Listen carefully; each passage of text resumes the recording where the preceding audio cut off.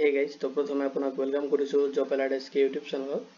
আজি মই এই ভিডিঅ'ত আলোচনা কৰিম আসাম পাব্লিক সাৰ্ভিস কমিশনৰ পৰা ৰিকুৱাৰমেন্টৰ কাৰণে নটিফিকেশন আহিছে। তো তাৰ গুটিখিনি ইনফৰমেশন মই এই ভিডিঅ'ত প্ৰভাইড কৰিম। ভিডিঅ'টো চোৱাৰ পিছত যদি কোনো ধৰণৰ কোৱেশ্চন থাকে আপুনি এই ভিডিঅ'ৰ কমেন্ট সেকশনত কমেন্ট কৰি দিব পাৰে। তো আহক দেৰি নকৰি আজিৰ ভিডিঅ'টো আৰম্ভ কৰো। ভিডিঅ' চাওক। The Assam Public Service Commissioner, short form of APSC, has announced the requirement for the assistant architect under the public works যেটো building and national highway ওপৰত যেটো ডিপাৰ্টমেন্ট হয় তাৰ কাৰণে পোস্টিং হ'ব আপোনাৰ মানে ৰিকুৱাৰমেন্ট হ'ব। এতিয়া চাওক ভ্যাকেন্সি ডিটেইলছ খিনি। নেম অফ পোষ্ট যেটো assistant architect মানে আৰ্কিটেকচাৰৰ যেটো assistant আছে তাৰ কাৰণে আপোনাৰ পোস্টিং হ'ব। যত আপোনাৰ নাম্বাৰ অফ পোষ্ট আছে টোটাল পোষ্ট আছে 4 আৰু পোষ্ট খিনি আপোনাৰ ক্যাটাগৰি ওয়াইজ ডিস্ট্ৰিবিউশন কৰি দিয়া আছে। যত আপোনাৰ আনৰিজাৰ্ভ ক্যাটাগৰিৰ কাৰণে দিয়া আছে 2 পোষ্ট।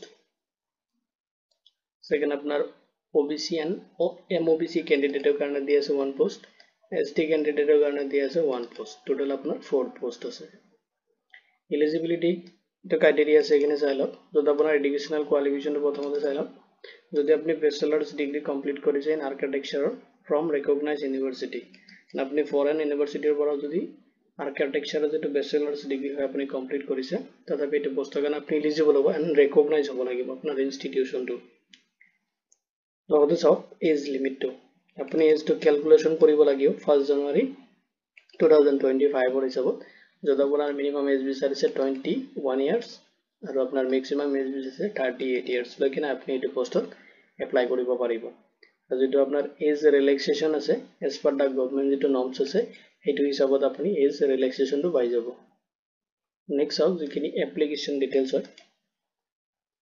প্ৰথমতে চাই লওক এপ্লিকেশন ফি আপনি এপ্লাই কৰোতে এপ্লিকেশন ফি পেমেন্ট কৰিব লাগিব যেটো আপনি অনলাইন গেটওয়ে থ্ৰু পেমেন্ট কৰিব লাগিব।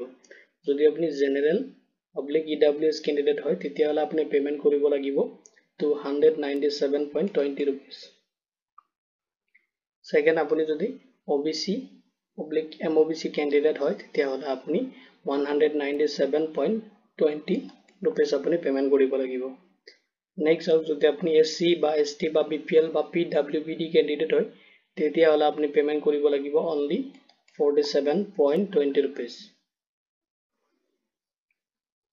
এতিয়া ইম্পৰ্টেন্ট ডেটটো চাই লওক। এটো আপোনাৰ অনলাইন এপ্লিকেশন স্টাৰ্ট হ'ব 24th জানুৱাৰী 2025 ৰ পৰা স্টাৰ্ট হ'ব। পোৰ্টেলটো খুলি দিব এপ্লাইৰ কাৰণে এন্ড লাষ্ট ডেট আপোনাৰ থাকিব এপ্লাইৰ কাৰণে 23 ফেব্ৰুৱাৰী 2025 লৈকে আপনি এপ্লাই কৰিব পাৰিব অনলাইন পোৰ্টেলত।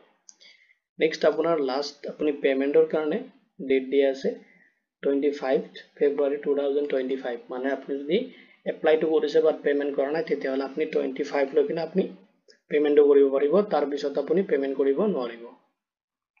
নেক্সট চাই লওক আপোনাৰ এপ্লাই প্ৰসেসটো হাউ টু এপ্লাই আপনি এপ্লাই কেনে কৰিব।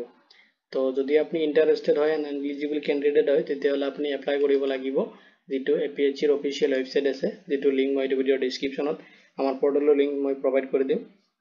সো আপুনি ক্লিক কৰিলে অফিশিয়াল নোটিফিকেশন লগতে পুৰাখিনি ইনফৰমেশন আপুনি স্টেপ বাই স্টেপ তাতে পাই যাব যেটো লিংক মই এই ভিডিঅ ডেসক্ৰিপশনত প্ৰভাইড কৰি দিম। তাতে আপোনাৰ অনলাইন এপ্লিকেশন লিংক অফিশিয়াল ওয়েবসাইটৰ লিংক পুৰাখিনি তাতে আপুনি পাই যাব। আৰু অফিশিয়াল ওয়েবসাইটৰ লিংক মই এতিয়া দেখাই আছো আপোনাক। আৰু এপ্লাইটো স্টাৰ্ট হ'ব 24th জানুৱাৰী 2025 ৰ পৰা। আপুনি যিকোনো ব্ৰাউজাৰ ওপেন কৰি লব আৰু তাতে আপুনি সাৰ্চ কৰিব লাগিব মই দেখাই আছো যেটো আপোনাৰ APSC ৰ হয় apsc.nic.in সাৰ্চ কৰিলে যেটো আপোনাৰ আসাম পাব্লিক সাৰ্ভিস কমিশনৰ যেটো লিংক আছে এটো আহি যাব আৰু আৰ লগে লগে আপুনি তাতে ক্লিক কৰি দিব লাগিব। ক্লিক কৰি দিলে তো আপনার আসাম পাব্লিক সার্ভিস রিকোয়ারমেন্ট যেটো আসাম পাব্লিক সার্ভিস কমিশনার যেটো অফিশিয়াল ওয়েবসাইট হয় এটো ওপেন হৈ যাব। এৰপৰ আপুনি গুটেখিনি ডিটেইলস এটা পাই যাব আৰু লগতে এই ভিডিঅ ডেসক্ৰিপশনত যেটো আমাৰ পোৰ্টেলৰ লিংক মই প্ৰভাইড কৰি দিছো তাতে ভিজিট কৰিলে আপুনি স্টেপ বাই স্টেপ গুটেখিনি ডিটেইলস তাতে আপুনি পাই যাব। তো এইটো ভিডিঅ ইমানতে ভিডিঅটো চোৱাৰ বাবে ধন্যবাদ দিকিনে আজি ভিডিঅ ইমানতে সামৰিছো।